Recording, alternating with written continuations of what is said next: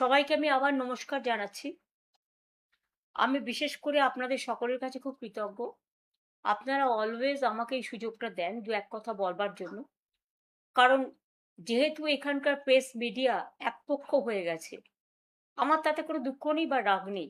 তারা তাদের কাজ করছেন ব্যবসায়িক স্বার্থে।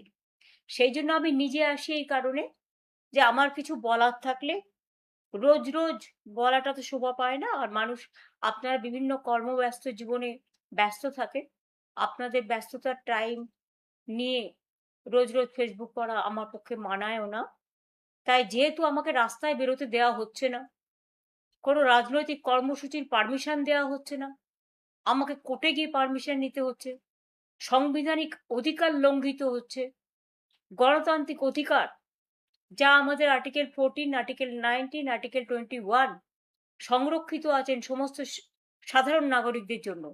অন্য রাজনৈতিক দলগুলোকে পারমিশন দিলেও এটা হচ্ছে আমাদের চক্রান্ত করে না থাকবে নাম, না থাকবে নিশানা। যদি রাজ্যের প্রথম প্রধান এটা বলে, তো ন্যাচারালি রাজা যা বলে তার দ্বিগুণ করে তার পারিষদ। আজকে দুঃখের ব্যাপার, আমাদের সাধারণ মানুষ সহ আমাদের কর্মীদের প্রায় হাজার হাজার কেস দেওয়া হয়েছে। যারা জানে না তাদের অপরাধ কি। জোর করে পঞ্চায়েতগুলো দখল করা হয়েছে, মিউনিসিপ্যালিটিগুলো দখল করা হয়েছে, জেলা পরিষদগুলো দখল করা হয়েছে এবং ঘরে বসে ডিলিমিটেশন করছে। সেন্সাসের কাজ শুরু হয়েছে, কিন্তু কোনো পলিটিক্যাল পার্টিকে ইনভলভ করা হয়নি। অন্তত আমাদের তো হয়নি। তাহলে বুঝুন সেন্সাসে কার নাম থাকবে আর জনগণনায় কার নাম বাদ যাবে। আবার যে আর একটা এসআইআর এর পাল্টা এসআইআর হচ্ছে না, এমনিতেই তো ৩২ লক্ষ লোকের নাম এখনো ওঠেনি। এর জন্য তো আমি সুপ্রিম কোর্টেও গিয়েছিলাম, ভেবেছিলাম বিচার পাবো, কিন্তু বিচারের বাণী বিশ্বকবি রবীন্দ্রনাথ ঠাকুরের ভাষায় আজও নীরবে নিভৃতে কাঁদে। এর জন্য গণ আন্দোলন এবং সচেতনতা বৃদ্ধি হওয়া দরকার। সবাইকে একজোট হয়ে লড়ার দরকার। যারা ভাবছে আমি একেলা লড়বো, আমাকে তো পারমিশন দিচ্ছে মিটিংয়ে। তৃণমূল কংগ্রেসের মমতা ব্যানার্জিকে নাইবা দিল, তাতে আমরা গেনার হব। আমি বলি তারা সবচেয়ে বড় লুজার। আমি আইন মেনে চলি বলে পারমিশন চাইছি, কিন্তু মনে রাখবেন আইন যদি বেলাইন হয় প্রশাসনের কাছে, তাহলে মনে রাখতে হবে আমাদেরও প্রোগ্রাম করার অধিকার আছে, আন্দোলন করার অধিকার আছে। আমার খুব খারাপ লাগছে। আমি প্রথমে এই ছবিটা আপনাদের দেখাবো, যেটা আমাদের সবসময় বিরাজও করে এবং জাতির নেতা যেমন আমরা গান্ধীজিকে বলি, তেমনি আমরা বলি জয়তু নেতাজি। জয় হিন্দ তার স্লোগান। দেখুন এখানে সমস্ত অল ইন্ডিয়ার বাংলার সমস্ত নেতৃবৃন্দের ছবি দিয়ে আমরা সকাল থেকে প্রার্থনা সঙ্গীতের মতো আমরা তাদের প্রার্থনা করি। তারাই আমাদের আইকন। আমি স্তম্ভিত, আমি লজ্জিত, আমি মর্মাহত, আমি শোকাহত, আমি দুঃখিত। বিজেপির কয়েকজন যারা রাজনীতির জানে না, যারা সংস্কৃতির জানে না, যারা সম্প্রীতির জানে না, যারা দেশটাকে চেনে না, যারা বাংলাটাকে চেনে না, তারা আজ দেশনায়ক নেতাজি সুভাষচন্দ্র বোসের যে অসম্মান, যে অপমান করছে, তাদের একটু মনে করিয়ে দিই, ইন্ডিয়ান ন্যাশনাল আর্মি তৈরি করেছিলেন নেতাজি সুভাষচন্দ্র বোস, প্ল্যানিং কমিশন তৈরি করেছিলেন নেতাজি সুভাষচন্দ্র বোস, আন্দামান নিকোবরে শহীদ দ্বীপ, স্বরাজ দ্বীপ, স্বাধীন দ্বীপ ঘোষণা করেছিলেন ভারতবর্ষের স্বাধীনতা আন্দোলনের সময়, স্বাধীনতার আগে নেতাজি সুভাষচন্দ্র বোস। তার জয় হিন্দ স্লোগান আজও সবার মুখে মুখে বাজে। আজকে কি হয়ে গেল যে বাংলা থেকে নেতাজি সুভাষচন্দ্র বাদ, দেশ থেকে বাদ, বিশ্বকবি রবীন্দ্রনাথ ঠাকুর বাদ। কোন অজানা অশনি সংকেত। ব্যঙ্গ করে বিজেপির নেতারা বলছেন, কেউ তাকে নানা রকম ভাবে সাম্প্রদায়িক আখ্যা দিচ্ছেন, কেউ বা নানা ভাষার তকমা দিচ্ছেন। আমি সেই ভাষাগুলো বলে নিজেকে লজ্জিত করতে চাই না। আমরা লজ্জিত তাদের এই ভাষা শুনে। তার মাথার উপরে নানা রকম মানে কলঙ্কের ভূষণ চাপিয়ে দেওয়া হচ্ছে। কেউ কেউ তো তাকে আবার দেশদ্রোহীও বলে দিচ্ছেন। কেউ কেউ তো তাকে আবার নিয়ে নোংরা রাজনৈতিক খেলা খেলছেন। আমরা পরিষ্কার বলছি, এ অসম্মান, এ অপমান আমাদের একার নয়, সারা দেশের, সারা বিশ্বের। এবং আমি মনে করি এখনো যাদের বিবেক আছে, আবেগ আছে, যারা ক্ষমতার চেয়ারের কাছে মাথা নত করে না, যারা দেশনেতাদের সম্মান জানায়, বিশেষ করে আমার ইয়াং জেনারেশন, ছাত্র, যুব, মা, বোন, সংস্কৃতি প্রেমী সকলকে বলবো, একটু তাকান। বাংলা কি বাংলা থেকে হারিয়ে যাবে? না যারা দেশের জন্য লড়াই করেছেন, প্রাণ দিয়েছেন, আজ পর্যন্ত কেউ জানে না? নেতাজি সুভাষচন্দ্র বোসের জন্মদিনটা আমরা জানি, মৃত্যুদিনটা জানি না? ক্ষমতায় আসার আগে বিজেপি সরকার অনেক কথা বলেছিল, ফাইল খুলবেন, উদ্ধার করবেন। সে তো কোথায় গেল সে ফাইল? কোন আলমারিতে গচ্ছিত রেখেছেন আমরা জানি না। কিন্তু আমরা বাপুজিকে, গান্ধীজিকে যেমন জাতির পিতা বলি, আমরা নেতাজিকে জাতির নেতা বলি, দেশের নেতা বলি, দেশের মহানায়ক বলি, বীর যোদ্ধা বলি, বীর স্বাধীনতা সংগ্রামী বলি। যে মানুষটা সাহস দেখিয়েছিলেন, সারা পৃথিবী ঘুরে ভারতবর্ষের জন্য তিনি দরবার করেছিলেন, আজকে তার জায়গায় তাকে অসম্মানিত হতে হবে, তাকে অপমানিত হতে হবে? আমি আমাদের আইটি টিমকে দায়িত্ব দিয়েছি, তার আহ্বান জানাবে সব ছাত্র, যুব, ডিজিটাল আইটি যারা আছেন, নেতাজি সুভাষচন্দ্র বোসের অসম্মান মেনে নেবেন না। তারা একত্রিত হয়ে প্রতিবাদ করুন। পুলিশ পারমিশন আপনাদের দেবে না, কারণ পুলিশ, আমি জানি না, আমি একদিন এই পুলিশের সাথে কাজ করেছি, তাদের প্রতি আমার অলবেশ শ্রদ্ধা আছে, কিন্তু পুলিশকে দিকেই তো আজকে ভয় দেখাচ্ছে এমএলএদের, ভয় দেখাচ্ছে এমপিদের, পরিবারকে ভয় দেখাচ্ছে, ইডিকে দিয়ে ভয় দেখাচ্ছে, সিবিআইকে দিয়ে ভয় দেখাচ্ছে, আইসি গিয়ে গাড়ি নিয়ে গিয়ে বলছে কোথাও কোথাও, আমি শুনেছি, হয় বিজেপি যা বলবে সেই দলে চলুন, তা নাহলে জেলে চলুন। এটা বলা কি পুলিশের রক্ষা কবচের মধ্যে পড়ে? না পুলিশের কোনো আইনের মধ্যে পড়ে? টোটাল বেআইনি কাজটা আজকে পুলিশকে দিয়ে করা হচ্ছে, যার জন্য রাস্তায় এত ট্রাফিক জ্যাম, মানুষ ঘন্টার পর ঘন্টা আটকে থাকে, সেদিকে ভ্রুক্ষেপ নেই।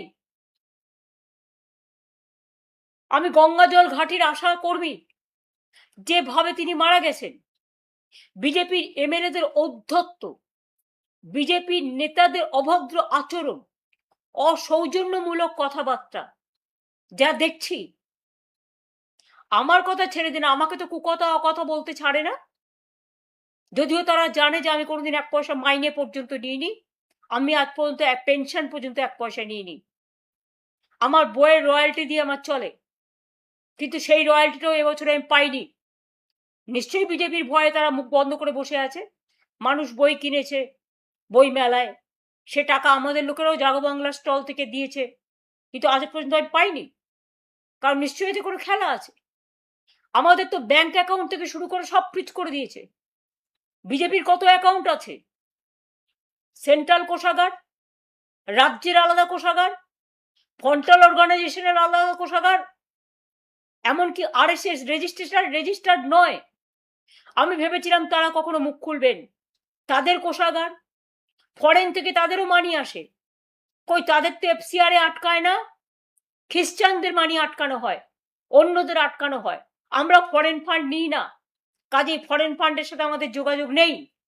তাই আমি কথা বলতে পারি, অনেক পার্টিই নেয়, তারা নেয় নিশ্চয়ই, তারা কোনো আইন করেছে বা কিছু একটা করেছে, কিন্তু ও বিজেপির যারা শাখা সংগঠন তাদের তো কোনো আইন নেই। আজকে যারা ইয়াং জেনারেশনকে নিয়ে নিটের বিরুদ্ধে আন্দোলন করলো, তাদের অ্যান্টি ন্যাশনাল বানানোর চেষ্টা হচ্ছে, তাদের উপর অত্যাচার হচ্ছে, তাদের পরিবারের উপর অত্যাচার হচ্ছে। আমি বলি, ওরে ভ্রষ্টাচারী সরকার, চ্যারিটি বিগিনস অ্যাট হোম। এই 3 মাসে বাংলায় তোমরা লক্ষ লক্ষ কোটি টাকা আমি শুনছি লুট হয়ে গেছে। কোনোদিন শুনেছেন স্লোগান দেয় রাম রাম, রামজির নামে? রামজি আমাদের কাছে মা দুর্গার পুজো করেছিলেন, রাম সীতা আমাদের কাছে চিরকালই আমরা জয় শ্রীরাম, গান্ধীজিও বলেছিলেন। কিন্তু এরা রাম মন্দির থেকে শুরু করে, পানিহাটির মন্দির থেকে শুরু করে, বর্ধমানের সর্বমঙ্গলা মন্দির থেকে শুরু করে, আরো অনেক মন্দির থেকে, বেনারস থেকে শুরু করে, মধ্যপ্রদেশ থেকে শুরু করে, আসাম থেকে শুরু করে প্রণামী বাক্স লুট করছে। ভাবছে প্রণামী বাক্সটাও বিজেপির অধিকার। পুকুর সংস্করণ নিয়ে বর্ধমানে দেখলাম 2জন মহিলা খুব প্রতিবাদ করছিলেন, তাদের জায়গা, অথচ তারা জানে না গেরো বাহিনী গিয়েও উদ্বোধন করবেন। যার তার জায়গা দখল করে নিচ্ছে। ঠিক আছে, হকারদের নিয়ে তোমাদের এত আপত্তি, অল্টারনেটিভ পথ কেন তৈরি করলেন না? একটা মানুষের রুজি রোজগার কাটতে গেলে তাকে বিকল্প পথের সন্ধান দিতে হয়। কেন আপনারা ওদের জন্য বিকল্প পথ না করে প্রায় 1 কোটি লোক আজকে চাকরি হারা হয়েছে, অন্নপূর্ণা ভান্ডারের নামে অনেক ভাওতা হয়েছে, অনেক মহিলার নাম বাদ গেছে, যারা আমার ঘরের মা লক্ষ্মী, লক্ষ্মীর ভান্ডার নামটা কেটে দিয়েছে। আরে অন্নপূর্ণাও মা ভাত দেয়, মা লক্ষ্মীও ভাত দেয়, এটা মাথায় রাখতে হবে। গর্দভ শক্তিদের মাথায় এটা নেই। অনেক উইডোরা পেনশন পায়নি। আজকে 3 মাস বাদে 4th আগস্ট, যখন 4 মাস শুরু হতে যাচ্ছে, আজকে 3 মাস পরে কথাগুলো বলছি। যে আশাকর্মী মারা গেছে, আমি সব আশাকর্মীদের পাশে আছি এবং আমি ইমিডিয়েট একটা টিম পাঠাতে চাই। আমি 2-1 দিনের মধ্যেই পাঠাবো, তাদের পরিবারের সাথে কথা বলবো। আমি নিজে যেতে চাই, আমাকে বেরোতে দেওয়া হচ্ছে না।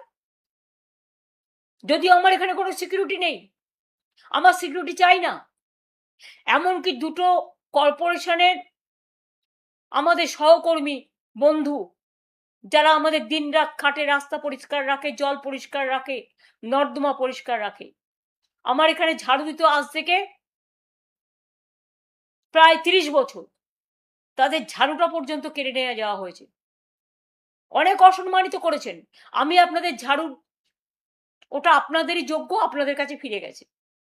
আমি আপনাদের ঝাড়ু নিয়ে পরিষ্কার, দরকার আমি নিজে পরিষ্কার করব। আমি বাগান পরিষ্কার করতে ভালোবাসি, আমি ঘরের কাজ করতে ভালোবাসি, কিন্তু মানুষের জানা দরকার কোন লেভেলে এরা গেছে। আমরা কেউ জানি না কত হাজার কেস হয়েছে মানুষের নামে, সব জেলে। বাংলাটাকে একটা কারাগারে পরিণত করে দিয়েছে। কোথায় গেল আমার সোনার বাংলা? কোথায় আমার মামাটি মানুষের বাংলা? কোথায় রবীন্দ্রনাথ ঠাকুরের বাংলা? কোথায় নজরুলের বাংলা? কোথায় বিদ্যাসাগরের বাংলা? কোথায় রাজা রামমোহন রায়ের বাংলা? কোথায় নেতাজি সুভাষচন্দ্র বোসের বাংলা? কোথায় সম্প্রীতির বাংলা? কোথায় সংস্কৃতির বাংলা? ক্ষমতা এসে সব গৌরকীকরণ, মাথা থেকে পা পর্যন্ত। অন্যদের বলছে চোর, আর তোমরা তো নিজেরাই এই সরকারে ছিলে বাবা প্রায় 11 বছর। তার আগেও বাবা এমপি, তুমি এমপি, বাবা মন্ত্রী কেন্দ্রীয় সরকারে তৃণমূল কংগ্রেসের দৌলতে, তখন তোমরা কিচ্ছু করো, ভাজা মাছটা উল্টে খেতে জানো না। আজকে যত দোষ নন্দ ঘোষ, তোমার বিজেপি এমএলএ গিয়ে বসছে বিডিওর চেয়ারে, বিজেপি এমএলএ গিয়ে বসছে আইসির চেয়ারে। এটা কি তাদের কাজ? না পুরো ফান্ড সাজিয়ে বসেছে, টেবিল সাজিয়ে বসেছে, এত টাকা দাও, অত টাকা দাও, টাকার বান্ডিল গোনা হচ্ছে। আর কে বলছে মাফিয়াদের কথা? যারা মাফিয়াদের সবচেয়ে বেশি মদত দিয়েছেন, খুন খারাপিতে মদত দিয়েছেন, চুরি ডাকাতিকে মদত দিয়েছেন, ব্রিজমোহন কেসে বক্সার কুস্তিগির বিচার পায় না, 2.5 বছরের বাচ্চাকে আপনারা বিচার দেন না, প্রায় 21-22 জন মহিলা ধর্ষিতা হয়ে গেছে। হ্যাঁ, একজনেরও ঘটনা ঘটলে আমরা সবসময় অ্যাকশন নিয়েছি। এতজন মহিলা ধর্ষিত হয়ে যাওয়ার পরেও আপনারা কারো বাড়িতে যোগাযোগ করতে দিচ্ছেন না, পুলিশ দিয়ে থ্রেট করছেন যাতে কেউ আসতে না পারে। এইভাবে চলবে? ওবিসি থেকে শুরু করে, ঐক্যশ্রী থেকে শুরু করে, আমি কোনোদিন জীবনে মুখ্যমন্ত্রীর নামে যোজনা করিনি, কারণ আমি নিজের নামে আত্মপ্রচার কখনো বিশ্বাস করি না। মনে রাখবেন, আমাদেরই যোজনা পাল্টে গিয়ে নাম হলো মুখ্যমন্ত্রী যোজনা, প্রধানমন্ত্রী যোজনা। কেন দেশে আর কেউ নেই? স্টেডিয়ামও হবে ওদের নামে, সাংস্কৃতিক অনুষ্ঠানও হবে ওদের নামে। নেতাজি সুভাষচন্দ্র বোসকে সম্মান দিতে পারে না, আর অসম্মানিত যারা হন তাদের নিয়ে এসে মালা পরায়। তাদের কাছে যারা অসম্মানিত, একটু দেশের দিকে ফিরে তাকান। আগে ঘর সামলান, সম্প্রীতি সামলান। ভাগাভাগি করে দিচ্ছেন। নেতাজি সুভাষচন্দ্র বোস সম্প্রীতির প্রতীক ছিলেন, তাই তার রাইট হ্যান্ড ছিল শাহনওয়াজ খান। কখনো তিনি মনে করেননি আমার পাশে হিন্দু আছে, না মুসলমান আছে, না শিখ আছে, না ঈসাই আছে। একটা কথা মনে করে দিন, যান গিয়ে খোঁজ নিন আর্মিতে, প্রত্যেকটা আর্মি ক্যান্টনমেন্টে মন্দিরও থাকে, মসজিদও থাকে, গুরুদ্বারাও থাকে, গির্জাও থাকে। স্বাধীন মতো তারা তাদের প্রে করেন। আমি নিজে চোখে দেখেছি বলে বলছি। আজকে নতুন করে কি হয়েছে আমি জানি না, আমি 3 মাস আগেকার কথাও বলছি। আর্মিতে হিন্দুরা কাজ করে না, মুসলিমরা কাজ করে না, শিখরা কাজ করে না, ঈসাইরা কাজ করে না, নেপালিরা কাজ করে না, গোর্খারা কাজ করে না। সব ধর্ম বর্ণ নির্বিশেষে সবাই ঐক্যবদ্ধ হয়ে জয় হিন্দ বলে, বন্দে মাতরম বলে, দেশের একতা নিয়ে কথা বলে, দেশ ও মাতৃকাকে রক্ষা করে। আর আপনারা কোথা থেকে জুটলেন একটা পার্টি, যে পার্টিটা না আছে কোনো ভূত, না আছে কোনো ভবিষ্যৎ, শুধু অত্যাচার করতে শিখেছেন, আর মহিলাদের ঘৃণা করতে শিখেছেন, আর ছাত্র যুবদের গালিগালাজ দিতে শিখেছেন। তাই আপনাদের ধিক্কার জানিয়ে সুভাষচন্দ্র বোসকে প্রণাম জানানোর জন্য বিবেক সম্পন্ন মানুষের কাছে আমার আবেদন করে থাকবে, এখনো কি আপনারা চুপ থাকবেন? Sometimes silence is gold. কিন্তু মনে রাখবেন, কখনো কখনো সময় আসে যখন সব বাঁধ ভেঙে যায়, শুধু কারাগার সামনে দাঁড়ায়, তখন কিন্তু নদী পথ গতিরোধ করা যায় না। নদী কিন্তু আপন পথে এগিয়ে চলে। ভয় দেখিয়ে আর চমকে ভাবছেন সরকারি দলও আপনারা ঠিক করবেন, বিরোধী দলও আপনারা ঠিক করবেন, তার মানে কি বিরোধী বলে কিছু থাকবে না? এটা লজ্জাস্কর নয়, এটা নিন্দার ঝড় উঠবে আগামী দিন।